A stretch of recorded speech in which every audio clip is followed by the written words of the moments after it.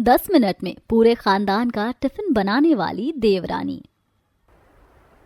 यह है शर्माज हाउस और यहाँ रहती है शर्मा जी की फैमिली। आइए मैं आपको शर्मा जी की फैमिली के घर के अंदर ले चलता हूँ। अरे अरे, आप लोग इतने सारे लोगों को देखकर घबराना मत। ये शर्मा जी की जॉइंट फैमिली है। यहाँ 4 भाइयों का परिवार एक साथ रहता है। इनका मानना है कि साथ में रहने से जीवन आसान हो जाता है। लेकिन किसका जीवन आसान है और किसका मुश्किल, वो तो इस कहानी में हम जानेंगे। सुबह सुबह का समय है। शर्मा जी की फैमिली में काफी भाग दौड़ मची हुई है। सभी अपने अपने काम के लिए और जॉब पर जाने के लिए तैयार हो रहे हैं। गुड्डू और तृप्ति स्कूल के लिए तैयार होकर रसोई में पहुंचते हैं, जहां आरती सभी का नाश्ता तैयार कर रही थी। तभी गुड्डू कहता है, माँ हमारा नाश्ता बना या नहीं, हम स्कूल के लिए लेट हो जाएंगे। हाँ गुड्डू, बस बना ही रही हूँ। बड़ी माँ, कल आप मेरा टिफिन रखना भूल गई थी, मुझे भूखे रहना पड़ा। हाँ बेटा, इतने सारे टिफिन बनाने थे इसीलिए मैं भूल गई, लेकिन आज मैं सबका टिफिन बना दूंगी, तुम लोग चिंता मत करो। ऐसा कहकर आरती फिर सब्जी काटने में लग जाती है। तभी आरती की सास आती है और कहती है, आरती तू कितना धीरे धीरे काम करती है, 1 घंटे के काम में 4 घंटा लगा देती है। अभी तक सभी का नाश्ता नहीं लगाया, सब तेरी वजह से लेट हो जाते हैं। बहुत जल्दी से सभी का नाश्ता लगाते और सबका टिफिन भी पैक करते, सभी को जाना है। जी माँ जी, मैं कर ही रही हूँ। अब आप लोग सोच रहे होंगे कि इतने बड़े परिवार में अकेले आरती नाश्ता क्यों बना रही है, बाकी बहुएं कहाँ हैं? बाकी बहुएं और सास अपनी अपनी जॉब पर जाने के लिए तैयार हो रही हैं, इसलिए बेचारी आरती को अकेले काम करना पड़ता है। आरती नाश्ता बनाकर सभी लोगों के लिए नाश्ता लगाती है और फिर किचन में जाकर सभी का टिफिन लगाने की तैयारी करने लगती है। नाश्ता करने के बाद आरती का पति अजय कहता है, आरती कितनी देर हो गई है तुम्हें? अरे अगर टिफिन नहीं देना है तो बता दो, मैं बाहर से ही खा लूंगा। अब अगर जल्दी से दे सकती हो तो दो, वरना मैं चला जाता हूँ। बस थोड़ी देर और दीजिए, रोटियां बनाकर पैक ही कर रही हूँ। ऐसा कहकर आरती फिर से रोटियां बेलने लगती है। थोड़ी देर बाद वो टिफिन पैक करती है और उसे अजय को दे देती है। अजय टिफिन लेकर ऑफिस के लिए निकलता है। तभी आकाश और आस्था आते हैं और कहते हैं, भाभी इतनी देर में आपसे सिर्फ भैया का ही टिफिन बन पाया। अरे भाभी, आप घर में रहती हो, आपको नहीं पता कि बाहर ऑफिस समय पर जाना पड़ता है। आस्था के अस्पताल के बाहर भी लेट जाने की वजह से भीड़ लग जाती है। आखिर वो डॉक्टर है, उसका समय पर पहुंचना जरूरी है। अब जल्दी भी करो, जल्दी से टिफिन दे दो। मैं आस्था को हॉस्पिटल छोड़ता हुआ फिर ऑफिस चला जाऊंगा। हाँ हाँ देवर जी, बस आपके लिए आलू और मटर की सूखी सब्जी बना रही हूँ, फिर टिफिन पैक करती हूँ। आरती आकाश के लिए आलू और मटर की सूखी सब्जी बनाती है और आकाश और आस्था का टिफिन पैक करते हुए देते हुए कहती है, ये लीजिए आपका टिफिन और ये डॉक्टर साहिबा का टिफिन है। वो दोनों भी टिफिन लेकर चले जाते हैं। तभी अनिकेत वहां आता है और गुस्सा होते हुए कहता है, भाभी आप मेरा और अरुणा का टिफिन देने में हमेशा ही देर करती हो। रहने दो, मैं बाहर से ही खाना खा लूंगा और अरुणा भी कैंटीन से खा लेगी। अरे नहीं नहीं देवर जी, बस हो ही गया। दरअसल आप लोगों को आलू के पराठे और चटनी चाहिए थी, तो बस आलूओं को उबालने और छीलने में देर हो गई थोड़ी। ये रहा आपका और देवरानी जी का टिफिन। ऐसे ही आरती अपने बाकी देवर और देवरानियों का टिफिन पैक करके एक के बाद एक सभी को दे देती है। अब आरती को बहुत भूख लग रही थी। वो अपने मन में सोचती है, मेरी नंदे अभी कॉलेज के लिए तैयार नहीं हुई है, ऐसा करती हूँ कि मैं पहले कुछ खा लेती हूँ, मुझे बहुत भूख लग रही है, उसके बाद उनका टिफिन तैयार करके दे दूंगी। यही सोचकर आरती डाइनिंग टेबल पर बैठकर नाश्ता करते हुए अपने मन में सोचती है, हे भगवान, इतना बड़ा परिवार है और इतने लोगों का नाश्ता देना और फिर सबको टिफिन देना कितना बड़ा काम है। कोई भी मेरी मदद नहीं करता, ऊपर से मुझ पर गुस्सा करते हैं वो अलग। पता नहीं कब इस घर में दूसरी बहू आएगी और मुझे आराम मिलेगा। ऐसा सोचते हुए आरती खाना खा रही थी। तभी उसकी सास अनीता आती है और कहती है, अरे बहू, मैं अपने एनजीओ के ऑफिस के लिए निकल रही हूँ, मेरा टिफिन तो रहने ही दे। वैसे भी तू समय पर तो नाश्ता दे नहीं सकती, अगर मैं तेरे चक्कर में रुकी तो मुझे देर हो जाएगी। मैं 4 बजे वापस आकर खाना खा लूंगी, लेकिन सबके कपड़े धो लेना और घर की सफाई भी कर लेना। माँ जी, बस आपका दाल चावल बन गया और मैं टमाटर की चटनी बनाने जा रही थी। मुझे भी बहुत भूख लग रही थी तो सोचा पहले खाना खा लूं। आप थोड़ी देर रुक जाइए, मैं आपको बनाकर दे देती हूँ। अनीता आरती की नहीं सुनती और वो चली जाती है। अब आरती नाश्ता करने के बाद अपनी नंदों को भी टिफिन देती है। वो लोग भी कॉलेज के लिए निकल जाती हैं। फिर आरती रसोई में जाती है और सारे बर्तन इकट्ठा करके सिंक में ले जाकर रखती है और बर्तन धोती है।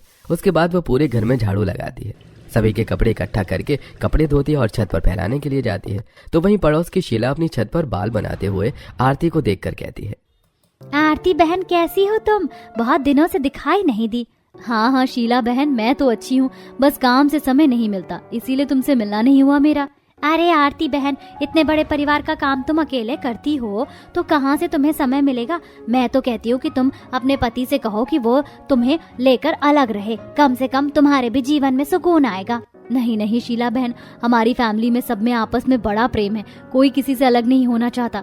रही काम की बात, वैसे मुझे तो मायके से ही काम करने की आदत है, इसीलिए मुझे कोई दिक्कत नहीं होती। अच्छा अब मैं चलती हूँ, मुझे और भी काम है। ऐसा कहकर आरती सीढ़ियों से उतरकर नीचे आ जाती है और अपने कमरे में जाकर थोड़ी देर आराम करती है। तभी आरती की चाची सास सुप्रिया वहां आती है और कहती है, अरे बहू शाम हो गई है, मुझे ठंड लग रही है, जरा एक कप चाय पिला दे। चाची जी थोड़ी देर पहले ही तो मैं कमरे में आराम करने के लिए आई हूँ, अभी सभी लोग आ जाएंगे तभी चाय बना दूंगी। अरे आरती बहू, तुझे तो पता है कि मेरी तबीयत ठीक नहीं रहती, लेकिन ऐसा लगता है कि तुम मुझे बीमार का कोई काम करना ही नहीं चाहती। रहने दे, मैं खुद ही अपने लिए चाय बना लूंगी। एक तो काम कहा चाय बनाने के लिए, उसको भी मना कर दिया। तभी अनीता भी एनजीओ से वापस आ जाती है और ये सब सुनकर कहती है, क्या बात है बहू, क्या तुझे एक कप चाय बनाना भी इतना भारी पड़ रहा है कि तूने उसके लिए सीधे ही मना कर दिया? नहीं नहीं माँ जी, ऐसी कोई बात नहीं है। वो दरअसल मैं बहुत थक गई थी, इसीलिए मैंने सोचा कि थोड़ी देर बाद बना दूंगी, लेकिन आप चिंता मत कीजिए, मैं अभी जाकर चाय बना देती हूँ। ऐसा कहकर आरती रसोई में जाती है और चाय बनाते हुए मन ही मन सोचती है, इतना बड़ा परिवार है और इतना सारा काम मुझे ही करना पड़ता है। जिसका काम नहीं करो उसी को बुरा लग जाता है। समझ नहीं आता कि मैं इस घर की बहू हूँ या काम वाली।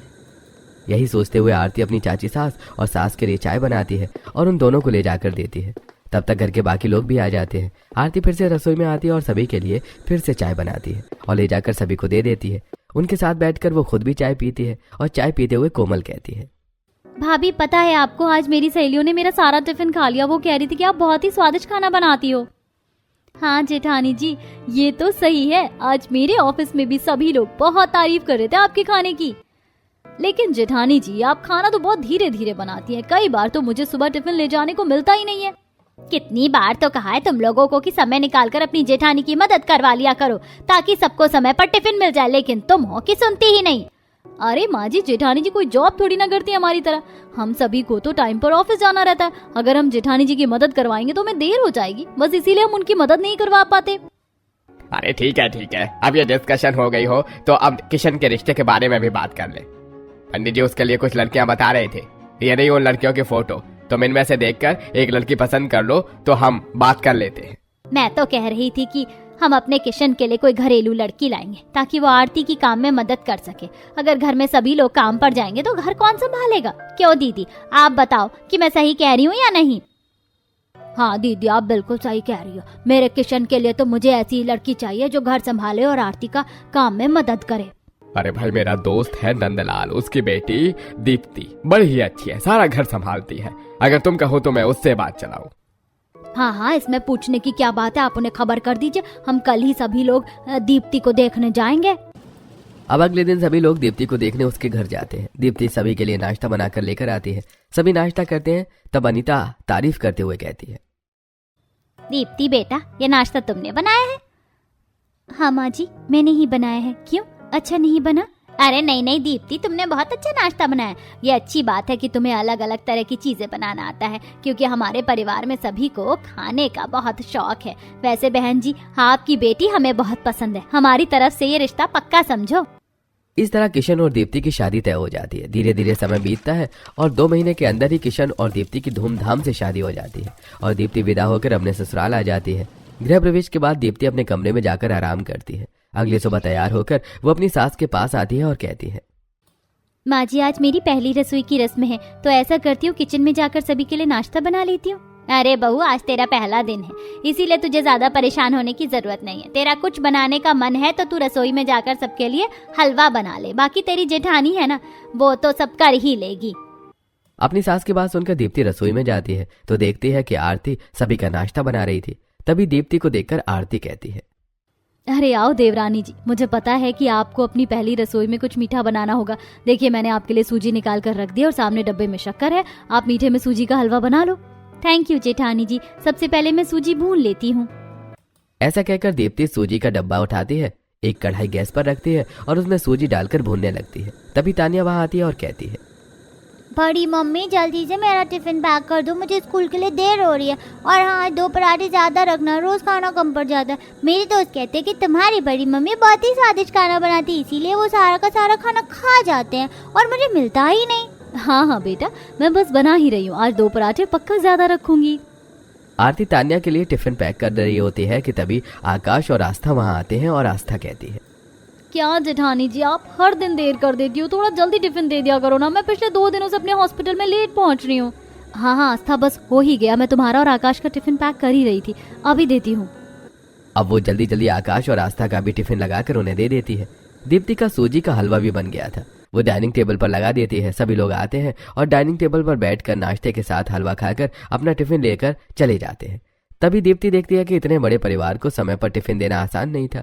दीप्ति को चिंता करते देखकर आरती कहती है, क्या सोच रही हो देवरानी जी? यही ना कि इतने सारे लोगों को समय पर नाश्ता और टिफिन देना आसान नहीं है। हाँ जेठानी जी, बात तो आप सही कह रही हैं, लेकिन मुझे लगता है कि आप कुछ ज्यादा ही धीरे काम करती हैं। अगर जल्दी जल्दी काम किया जाए तो सारी चीजें समय पर हो सकती हैं। वो दोनों बातें ही कर रही थी कि तभी अनीता और आशा वहां पर आ जाती हैं और कहती हैं, हाँ दीप्ति बहू, बात तो तू सही कह रही है। मैंने आरती बहू को कितनी बार समझाया कि काम जल्दी जल्दी करने की आदत डालो, लेकिन उसे हर काम को धीरे धीरे ही करना होता है, इसीलिए कभी भी उसका काम समय पर पूरा नहीं होता। माँ जी, आप लोग हमेशा मुझे यही कहते हैं कि मैं धीरे धीरे काम करती हूँ, लेकिन ये तो कोई कहता ही नहीं कि मैं कितनी मेहनत करके कितना अच्छा खाना बनाती हूँ।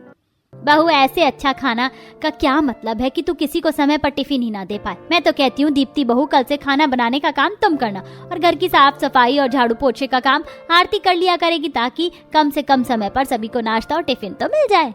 ठीक है माँ जी, अगर आपको मुझ पर इतना भरोसा है तो मैं आपका भरोसा बिल्कुल नहीं तोड़ूंगी। आप भी देखना कि मैं सबको कैसे समय पर नाश्ता और टिफिन देती हूँ। ये सुनकर बेचारी आरती को बहुत बुरा लगता है, लेकिन वो कहती भी क्या, ऐसे ही आज का दिन भी बीत जाता है। अगले दिन सुबह दीप्ति उठकर रसोई में जाती है। सबसे पहले वो फ्रिज से आलू गोभी निकालती है, उन्हें काटती है। उसके बाद पत्ता गोभी और भिंडी भी काट कर रखती है। सारी सब्जियों को काटने के बाद वो आटा लगाती है, दाल और चावल चढ़ाती है। उसके बाद सब्जियों को तड़का देती है। अभी उसका खाना बना भी नहीं था कि तभी अनिकेत और अरुणा वहां आ जाते हैं और कहते हैं, छोटी भाभी, आज माँ ने कहा था आज का नाश्ता और टिफिन आप बना रही हो, तो मुझे लगा कि आज तो कम से कम समय पर टिफिन और नाश्ता दोनों मिल जाएगा, लेकिन अभी तक आपका नाश्ता ही नहीं बना है और ना ही टिफिन। अनिकेत भैया, थोड़ी देर और रुकिए, बस हो ही गया, मैं आपको दे ही रही हूँ। दीप्ति जल्दी जल्दी अनिकेत का टिफिन पैक करती है और अनिकेत और अरुणा को दे देती है। उसके बाद एक एक करके सभी लोग आते हैं और सभी लोग दीप्ति को भी समय पर नाश्ता और टिफिन न देने के लिए सुनाते हैं और चले जाते हैं। ऐसे एक हफ्ता बीत जाता है। दीप्ति अब इस तरह काम करके बहुत परेशान हो चुकी थी। आज दीप्ति अपने कमरे में बैठकर सोच रही थी, इतने सारे लोगों को समय पर खाना देना सचमुच बहुत ही मुश्किल है। मुझे कुछ ऐसा जुगाड़ लगाना होगा जिससे मैं इन सभी को समय पर खाना दे पाऊँ। कुछ सोचने के बाद दीप्ति अपनी सास के पास जाती है और कहती है, माँ जी, मैं कह रही थी कि सब्जियां खत्म हो गई हैं, हम दोनों बाजार चलते हैं और सब्जियां ले आते हैं। दीप्ति बहू, मेरे पैरों में तो दर्द है, तू ऐसा कर, अपनी जेठानी के साथ जाकर सब्जियां ले आ। ठीक है माँ जी। अब दीप्ति आरती के साथ सब्जियां लाने के लिए बाजार जाती है। वो अलग अलग तरह की सब्जियां खरीदती है और झोले में रख लेती है। 2 झोले सब्जियां खरीदने के बाद दीप्ति आरती को एक झोला देते हुए कहती है, जेठानी जी, एक झोला आप पकड़ लीजिए और एक मैं पकड़ लेती हूँ। वो तो ठीक है देवरानी जी, लेकिन इतनी सारी सब्जियां एक साथ क्यों खरीदी है आपने? अरे जेठानी जी, ये सारी सब्जियां मैं आज ही काट कर धोकर रख दूंगी ताकि सुबह बनाने में आसानी हो।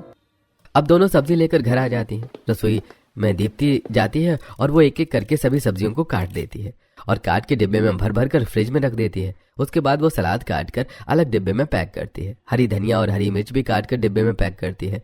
टमाटर की प्यूरी बनाकर रख देती है और अदरक लहसुन का पेस्ट भी। उसके बाद वो ढेर सारा आटा लगाकर फ्रिज में रख देती है और कुछ मसालों के मिक्सर भी बनाकर फ्रिज में रख देती है। खाने की तैयारी तो हो गई, अब ऐसा करती हूँ कि नाश्ते की भी तैयारी करके रख लेती हूँ। अब दीप्ति उपमा के लिए सूजी भूनकर उसमें सब कुछ मिलाकर उपमा बनाकर डिब्बे में भरकर फ्रिज में रख देती है। सारे मसालों को भी वो सही अनुपात में मिलाकर वो एक डिब्बे में रख देती है।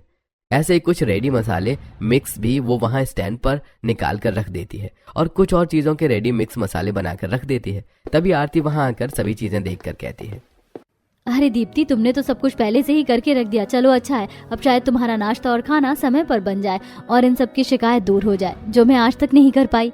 हाँ जेठानी जी, मैंने भी यही सोचकर सब कुछ किया है। अब तो सारा काम हो गया, बस सुबह का इंतजार है।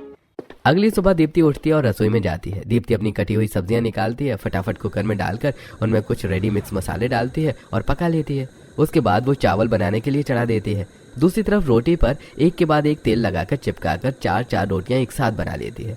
फिर वो सभी के नाश्ते के लिए रेडी मिक्स उपमा निकालती है और उसमें पानी डालकर पकाकर तैयार कर लेती है।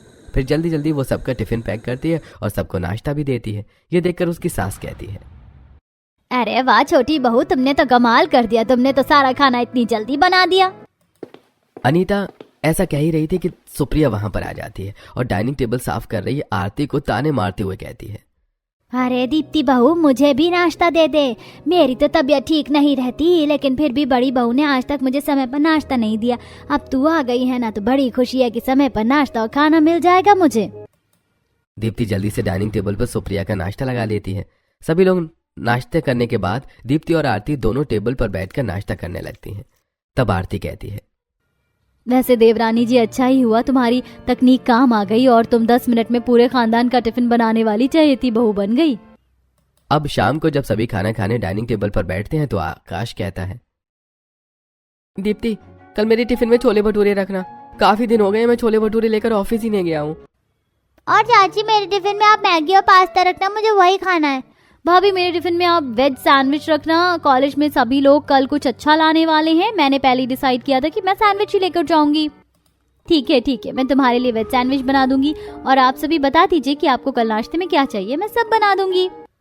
सभी लोग अपनी अपनी फरमाइशें दीप्ति को बता देते हैं। सब लोगों की बात सुनकर दीप्ति आरती से कहती है, जेठानी जी, आप ऐसा कीजिए कि सभी लोगों को खाना परोसिए, तब तक मैं जाकर सभी के कल के नाश्ते और खाने की तैयारी करके रख देती हूँ। ऐसा कहकर दीप्ति रसोई में चली जाती है और आरती सभी को खाना परोसने लगती है। तब आरती के ससुर कहते हैं, भाई वाह, बहू हो तो ऐसे, अरे इतनी जल्दी सभी का नाश्ता और टिफिन बनाकर दे देती है। हाँ जी, जब से हमारी छोटी बहू आई है तब से समय पर नाश्ता और खाना ना मिलने की दिक्कत तो खत्म हो ही गई है। दूसरी तरफ दीप्ति रसोई में जाकर सुबह की सारी तैयारी करके रख देती है। अगली सुबह दीप्ति उठकर रसोई में जाती है और सबसे पहले वो बॉइल्ड पास्ता निकालकर उसमें सॉस मिलाकर उसे बना देती है। फिर वो सैंडविच के लिए पहले से फ्राई किए हुए ब्रेड निकालकर उसमें मेयोनीज और सॉस लगाकर उसे भी तैयार कर देती है। फिर फ्रिज में रखे हुए आटे से भटूरे तैयार कर लेती है और रेडी मिक्स मसाले से वो जल्दी जल्दी छोले भटूरे तैयार करके सबका टिफिन पैक कर देती है और सभी को नाश्ता दे देती है। ये देखकर आशा कहती है, बहू, तूने आज समय से पहले ही सबका टिफिन और नाश्ता दोनों दे दिया। अब ऐसा कर, तू भी बैठकर नाश्ता कर ले। ऐसा कहकर आशा वहां से चली जाती है। तब दीप्ति अपनी जेठानी के साथ बैठकर नाश्ता करती है और घर के कामों में लग जाती है। शाम को सभी लोग हॉल में बैठे हुए थे। तब आस्था तान्या का टिफिन लेकर आती है और उसे दिखाते हुए कहती है, तान्या बेटा, आज तो तुम सारा टिफिन भरा का भरा वापस ले आई। पिछले कुछ दिनों से देख रही हूँ कि तुम टिफिन का खाना खा ही नहीं रही हो। तुम सही कह रही हो आस्था, गुड्डू भी आजकल बिल्कुल खाना नहीं खा रहा, सारा का सारा टिफिन वैसा ही ले आ रहा है। माँ, खाना आजकल मुझे बिल्कुल भी अच्छा नहीं लग रहा। जैसे ही मैं खाना खाने जाती हूँ तो मुझे ऐसा लगता है कि उल्टी हो जाएगी, इसीलिए मैं टिफिन नहीं खाती। हाँ माँ, दीदी बिल्कुल सही कह रही है, मुझे भी ऐसा ही लगता है। वैसे मैं सच कहूँ तो आजकल मुझसे भी खाना खाया नहीं जा रहा है। आज भी मैंने कैंटीन से खाना लेकर खाया। वैसे कोमल, तान्या गलत नहीं कह रही है, मुझसे भी खाना खाया ही नहीं जा रहा है। और आज तो मेरे दोस्तों ने खाना खाकर सीधे कह दिया, पहले मेरे टिफिन के खाने की बात ही अलग होती थी, लेकिन आजकल तो मेरे टिफिन का खाना खाया ही नहीं जा रहा है। ये बात तो सही है, आरती बहू के हाथों में खाने का जो स्वाद है वो दीप्ति बहू के हाथों में नहीं आ रहा। वैसे कल इतवार है, आरती बहू कल किसी को टिफिन देना नहीं है, तो ऐसा करो कि कल का खाना तुम बना लो और दीप्ति बहू घर का काम कर लेगी। ठीक है माँ जी। अगले दिन आरती सुबह सुबह रसोई में जाती है और खाना बनाने की तैयारी करती है। तो वहीं दीप्ति सबसे पहले घर में झाड़ू लगाती है, उसके बाद पोछा लगाती है। फिर वो सभी के कपड़े इकट्ठा करके वॉशिंग मशीन में कपड़े धोने के लिए चली जाती है।